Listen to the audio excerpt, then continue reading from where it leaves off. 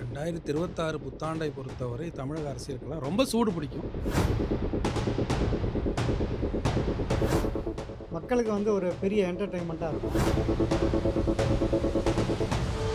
மக்கள் தெளிவாகிடுவாங்க, மக்கள் உணர்ந்துருவாங்க, மக்கள் வந்து ஒரு தெளிவான ஒரு தலைமையை தேர்ந்தெடுப்பாங்க. இந்த ஆண்டு கண்டிப்பாக அது நடக்க போகுதுன்னு சொல்லலாம்.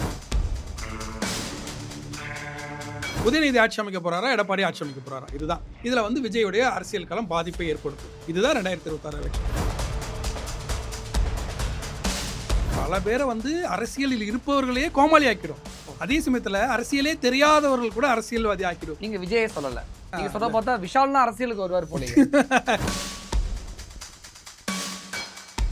ஒரு நாளைக்கு வந்து அமாவாசை, ஒரு நாளைக்கு பௌர்ணமி, ஒரு நாளைக்கு ரொம்ப உயர்த்தி பேசுவாங்க, ஒரு நாளைக்கு அப்படியே ஆப்போசிட்டாக அந்த அவரவே வந்து கழுவி ஊற்றுவாங்க. அதில் வந்து நம்ம ஆளுங்க வந்து ரொம்ப பிஹெச்டி பண்ணவங்க அந்த தமிழக மக்கள்ங்கிறவங்க. அதுவும் கடகம் ஏறி உட்கார போறாரு. கடக ராசி வந்து பாத்தீங்கன்னா முழுக்க முழுக்க அரசியல் ராசி. கடக ராசியில பிறந்தவர்கள் அரசியல்வாதிகள். விஜய் கடகராசி, அண்ணாமலை கடகராசி, அஜித் கடகராசி, தலைமை பண்புக்கான ராசி. இப்போ ஒரு கடகராசிக்காரன் இருக்கானா, அஜித் அரசியலுக்கு வந்துருவாரோ?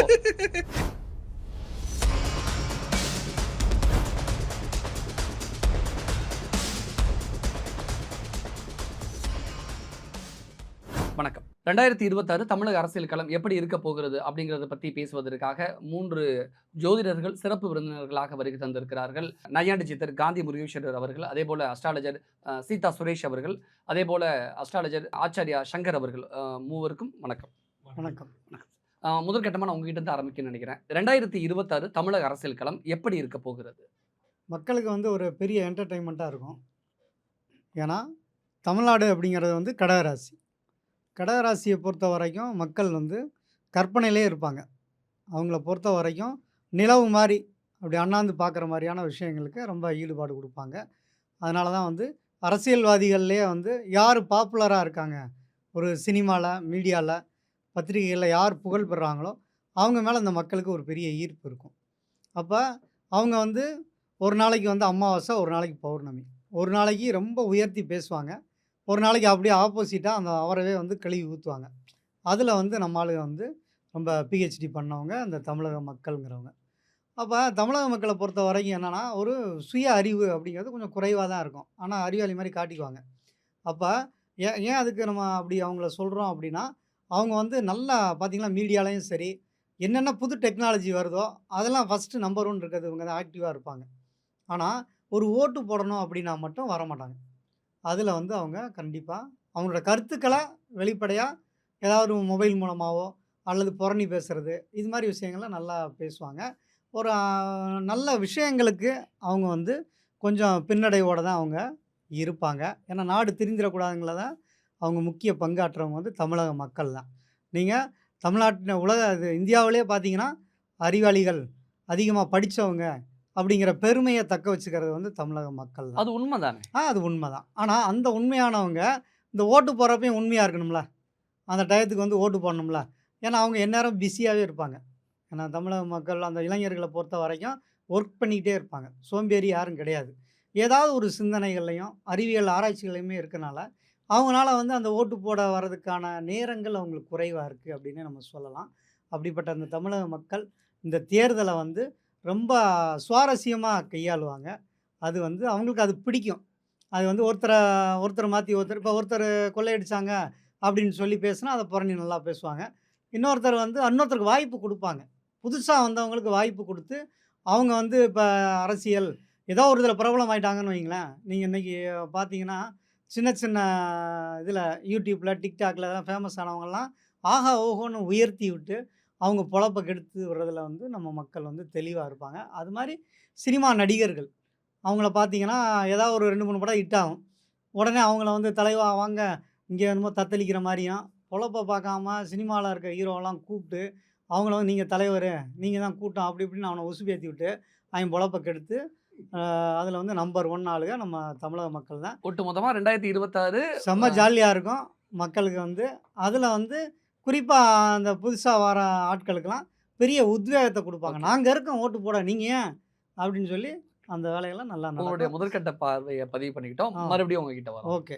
உங்கள பொறுத்த வரைக்கும் தமிழக அரசியல் களம் இந்த 2026 இந்த புத்தாண்டுல எப்படி இருக்க போகுது? 2026 புத்தாண்டை பொறுத்தவரை தமிழக அரசியலுக்கெல்லாம் ரொம்ப சூடு பிடிக்கும். காரணம் என்னன்னா, எலக்ஷன்ஸ் வந்து நிறைய மாற்றத்தை இந்த 2026ல சந்திக்க போகுது. ஜோதிட ரீதியாக பார்க்கும்போது, சனி பகவான் வந்து குருமனை ஏறி உட்கார போறார். குரு தான் ஓட்டு அரசியல். ஒருத்தனுக்கு குரு நல்லா இருந்தா மட்டும் தான் ஓட்டு அரசியல்ல ஜெயிக்க முடியும். குரு நல்லா இல்லன்னா ஓட்டு அரசியல்ல ஜெயிக்க முடியாது. இப்போ வந்து கடந்த தேர்தல்லயே பார்த்தீங்க, ஒரு நடிகர் வந்து கட்சி ஆரம்பிச்சாரு. அதுக்கப்புறம் அந்த கட்சி அரசியல்ல தோத்து போயிட்டாரு. திருப்பி வந்து வேற ஒரு கட்சியோட இணைஞ்சு இன்னைக்கு மாநிலங்களவை எம்பி ஆயிட்டாரு. நான் யார சொல்றேன்னு உங்களுக்கு நீங்க புரியும். கமலஹாசன் சார் சொல்லல. அவர தான் சொல்லிட்டு இருக்கிறேன். சரி. அதாவது இந்த ஓட்டு அரசியல்ங்கிறது ரொம்ப ரொம்ப முக்கியம். அந்த ஓட்டு அரசியலுக்கு குருபலங்கிறது முக்கியம். குருமனை ஏறி சனி உட்கார போறார். அப்படிங்கும்போது பல பேரை வந்து அரசியல் கோமாளி ஆக்கிவிடும் இந்த 2026. அரசியல்வாதிகள. ஆமா. இல்ல பல பேரை வந்து அரசியலில் இருப்பவர்களையே கோமாளி ஆக்கிடும். ஓ. அதே சமயத்துல அரசியலே தெரியாதவர்கள் கூட அரசியல்வாதி ஆக்கிடும். நீங்க விஜயே சொல்லல. நான் அதெல்லாம் விஜயெல்லாம் சொல்லல. சரி சரி. நான் வந்து யாரையும் தனிப்பட்ட நபர்கள நான் என்ன குறிப்பிடல. நான் சொல்றது என்னன்னா, பொதுவா சொல்றீங்க. பொதுவா நான் என்ன சொல்றேன், இந்த 2000 சீமானையும் சொல்லல, விஜயும் சொல்லல, கமலையும் சொல்லல. யாரையும் சொல்லல. இந்த 2026ல புதிய நபர்கள் நிறைய வருவார்கள். அவர்களுக்கு வந்து பாத்தீங்கன்னா, நீங்க சொல்ற பார்த்தா விஷால்லாம் அரசியலுக்கு வருவார் போலயே. நான் வந்து நடிகர்களே சொல்லலைங்க.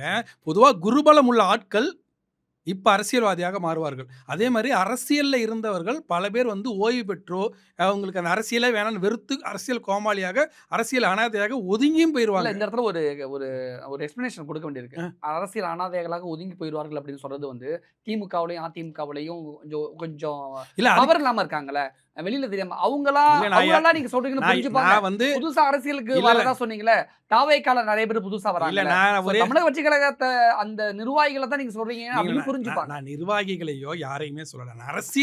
நான் வந்து அரசியல ஜோதிட ரீதியா பார்க்கிறேன். ஒரு ஜோதிடரா என்னோட கண்ணோட்டம் என்னன்னா, குருவானப்பட்ட ஒரு மனையில சனி ஏறி உட்கார போறார் மார்ச் மாசம் 6ஆம் தேதி. அதுல வந்து பாத்தீங்கன்னா, ஜனவரி மாசம் 6ஆம் தேதியிலிருந்தே அந்த குரு மனையில சனி பகவானுடைய தாக்கம் இருக்கும். அதுக்கான பவர் வந்துருவாரு. அப்ப இப்பயிலிருந்தே ஆரம்பிச்சிருவாரு. அப்ப யாரெல்லாம் புதியதாக பதவிக்கு வரணுமோ, பொதுமக்கள்ல இருந்தோ, அரசியல்வாதியா குடும்பத்துல இருந்தோ, சினிமாக்காரங்களோ யாருக்கு அந்த வாய்ப்பு இறைவன் கொடுக்கணும்னு இருக்கோ அவங்க வருவாங்க. அதே மாதிரி அரசியல்ல இருந்து யாரை ஓய்வு பெற்று வீட்டுக்கு அனுப்பணுமோ அதை வந்து அனுப்புவாரு சனி பகவான். யாரையோ சொல்றீங்க. அனுப்புவாரு. ஆக அதனால மொத்தம் வந்து திரைமறைவா இல்ல, சொல்லிட்டே இல்ல, வரீங்க. நான் திரைமறைவுக்கு நேரடியாவே திருப்பி நான் வரேன். நான் திரைமறைவுக்க வரல. நான் வந்து ஜோதிட ரீதியா வரேன். அப்ப வந்து அரசியல் கோமாளிகள் உருவாகக்கூடிய ஆண்டு 2026. புதிய அரசியல்வாதிகள் உருவாகக்கூடிய ஆண்டு 2026. ஏன்னா சனி பெயர்ச்சி மார்ச் மாசம் 6ஆம் தேதி. அதே மாதிரி மார்ச் மாசம் 6ஆம் தேதி அந்த டைம்ல தான் எலெக்ஷன். அதே மாதிரி எலெக்ஷன் முடிஞ்சு கரெக்டா மே மாதம் 26ஆம் தேதி குரு பெயர்ச்சி. அதுவும் கடகம் ஏறி உட்கார போறாரு. கடக ராசி வந்து பாத்தீங்கன்னா முழுக்க அரசியல் ராசி. கடக ராசியில பிறந்தவர்கள் அரசியல்வாதிகள். விஜய் கடகராசி, அண்ணாமலை கடகராசி, அஜித் கடகராசி, தலைமை பண்புக்கான ராசி. இப்போ ஒரு கடகராசிக்காரன் இருக்கானா, அஜித் அரசியலுக்கு வந்துருவாரோ? அது இல்ல அது வந்து அவருடைய எதிர்காலத்துல? எதிர்காலத்தை பத்தி நான் சொல்றேன். அப்புறம் சொல்றேன். எதிர்காலத்துல? எதிர்காலத்துல நான் சொல்றேன். இப்பய பொறுத்த வரைக்கும் கடகராசி என்பது இப்போ ஒரு கடகராசிக்காரங்க இருக்காங்கன்னா, ஒரு ஹோட்டல் நடத்துறாங்கன்னா ஹோட்டலுக்கு அவரு சங்கத்துக்கு தலைவரா வருவார். ஒரு தள்ளுவண்டி கடை வச்சாடா தள்ளுவண்டி சங்கத்துடைய தள்ளுவண்டி கடையோட சங்கத்துக்கு தலைவராக வருவார். இப்படி சங்க தலைவர்கள் வர்றது தலைமை பண்புக்கான ராசி கடகராசி. புரியுதுங்களா? அந்த கடகராசியில குரு பகவான் 26/5/2026 உச்சமா உட்கார போறார். அப்ப பல பேருக்கு பெரிய பதவிகளை கொடுத்து அள்ளி கொடுக்க போறாரு. 2026 சங்க தலைவரோட தொல்லை தாங்க முடியாது. கண்டிப்பா புதிய சங்கங்கள் நிறைய உருவாகும். சரி. இந்த அளவுக்கு இருக்கக்கூடிய இந்த 2026 வந்து பாத்தீங்கன்னா அரசியல் களம் ரொம்ப சூடு பிடிக்க போகுது. சில அரசியல்வாதிகள் அடுத்த ரவுண்ட்ல நான் சொல்றேன். சில அரசியல்வாதிகள் ஓய்வு பெறுவாங்க. சில அரசியல்வாதிகள் ஒதுங்கி நிப்பாங்க. புரியுதுங்களா? ஆளுங்கட்சியை தான் சொல்றீங்க போல அப்படின்னு மக்கள் புரிஞ்சுப்பாங்க. இல்லங்க நிறைய பேர் மெர்ஜ் ஆயிடுவாங்க. இன்னைக்கு கூட ஒரு கட்சி என்ன பண்ணாங்கன்னா, ஒரு கட்சி சார்ந்த ஒருத்தர் மக்கள் காமராஜர் மக்கள் கட்சின்னு ஒன்று வச்சிருந்தாங்க. அவங்க என்ன பண்ணாங்க, தமிழர் மணியன் ஐயா வச்சிருந்தாரு. அவர் என்ன பண்ணாரு, போய் ஜி.கே. வாசன் ஐயாவோட போய் சேர்ந்துக்கிட்டாரு. அவர் வந்து தமிழ் மாநில காங்கிரஸோட சேர்ந்துக்கிட்டாரு. இப்படியாக சிலர் மெர்ஜ் ஆயிடுவாங்க. சிலர் அரசியலை விட்டு எனக்கு இத்தனை வருஷம் அரசியல்ல வந்து நான் எதோ பார்த்துட்டேன்டா அப்படின்னு ஒதுங்கி நின்னுக்குவாங்க. அது மாதிரி ஏன்னா ஒரே வருஷத்துல வந்து பார்த்தீங்கன்னா 2026 வந்து பார்த்தீங்கன்னா சனி பெயர்ச்சி, குரு பெயர்ச்சி, வரக்கூடிய நவம்பர் மாதம் 13ஆம் தேதி ராகு கேது பெயர்ச்சி. இந்த ராகுங்கிறத திடீர் உயர்வு. ஒருத்தர் வந்து பார்த்தீங்கன்னா ஃபர்ஸ்ட் டைமே வந்து என்ன பண்ணாருன்னா எம்எல்ஏ ஆனாரு. அந்த டைமே மந்திரி ஆயிட்டாரு. அந்த டைமே முதலமைச்சரும் ஆயிட்டாரு. யார சொல்றீங்க? அது ராகு. அதெல்லாம் உங்களுக்கு புரியும். அது ராகு திடீர் உயர்வு அள்ளி கொடுப்பாரு. புரியுதுங்களா? இது தமிழக அரசியல நடந்துச்சு. யாருன்னு சொல்லிருங்க. தமிழ் உங்களுக்கு தெரியுங்க. இல்ல நீங்க சொன்னாதான் மக்கள் அது உங்களுக்கு தெரியும். அது கமெண்ட் பாக்ஸ்ல வரும். ஜெனரல் நாலேஜுக்கு நீங்க யாரு சொல்லலாம். யாருன்னுலாம் கமெண்ட் பாக்ஸ்ல வரும். அது எல்லாமே ஜெயலலிதா அம்மா நடத்தி காட்டினாங்க. புரியுதுங்களா? சிங்க பெண்மணியாக இருந்தா அவங்க நடத்தி காட்டினாங்க. அரசியல்ல வந்து பார்த்தீங்கன்னா, 2 சிங்கம் வந்து இல்லாத ஒரு காலகட்டம்.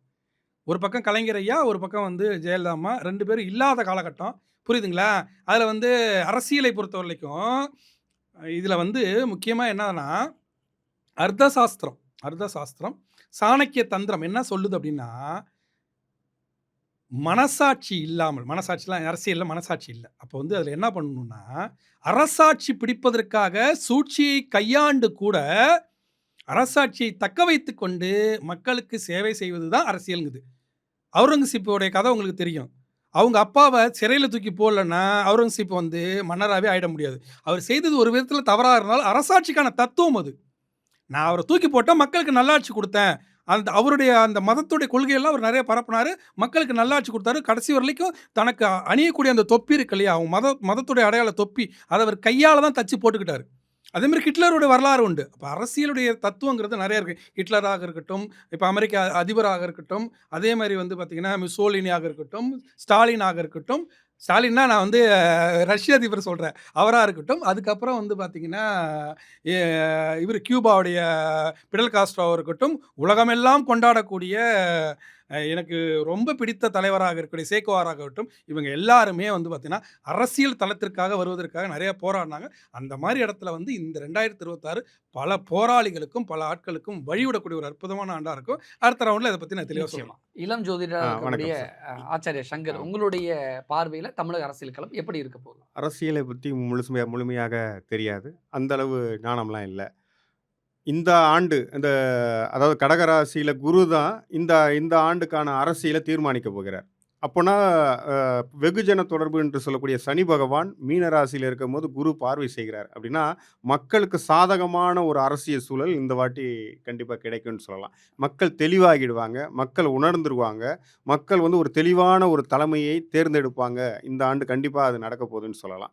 இந்த தட்சிணாமூர்த்தி அதாவது குரு பகவான் பிறந்த நட்சத்திரமா அல்லது ஆ செவ்வாய் டிஎன்ஏ தொடர்பான பூரம் நட்சத்திரமா அல்லது அஸ்தம் நட்சத்திரமா என்பது அவங்கள டேட் அனவுன்ஸ் பண்ண உடனேயே தெளிவாக சொல்ல முடியும். இப்போதைக்கு அத சொல்ல முடியாது. அந்த எலக்ஷன் டேட் அத வச்சு தான் சொல்ல ஆமா, முடியுமா? ஆமா. இப்போ புதிய இப்போ உதாரணத்துக்கு விஜயை எடுத்துக்கிட்டாலும், விஜய் அவர் சரியான நேரத்தில சரியான முடிவு எடுத்திருக்காரு. அதாவது அவருடைய அரசியல் களம் சரியான அவருடைய ஜாதகப்படியும் பார்த்தீங்கன்னாலும், இந்த வாய்ப்பை நழுவ விட்டா அவருக்கு எப்பொழுதுமே அந்த வாய்ப்பு கிடைச்சிருக்காது. சரியான நேரத்தில் அவர் வாய்ப்பு எடுத்திருக்காரு. ஓகே. அப்போ அவங்க சரியான எடுக்கக்கூடிய முடிவுகள் தான் அவங்களுக்கு ஒரு பெரிய வெற்றிய கொண்டு போய் வெற்றியாளரா கொண்டு போய் சேர்க்கும்ன்றது சொல்லலாம். ஆ. அந்த வகையில விஜய் எடுத்திருக்கக்கூடிய முடிவு இந்த வருடம் அவருக்கு சாதகமாக தான் இருக்கிறது. இருந்தாலும் டேட் அனவுன்ஸ் பண்ண உடனே, அந்த நேரத்தில் இருக்கக்கூடிய ஓடிக்கொண்டிருக்கிற லக்னம், ராசியை வைத்து எலக்ஷன் ரிசல்ட் டேட்ட வச்சு நம்மளால தெளிவா சொல்ல முடியும். ஓகே. 2026 தமிழக அரசியல் களத்த பொறுத்தவரைக்கும், நிறைவா ரத்தன சுருக்கமா ஒரே வரியில அல்லது 2, 3 வரியில சொல்லணும் அப்டின்னா,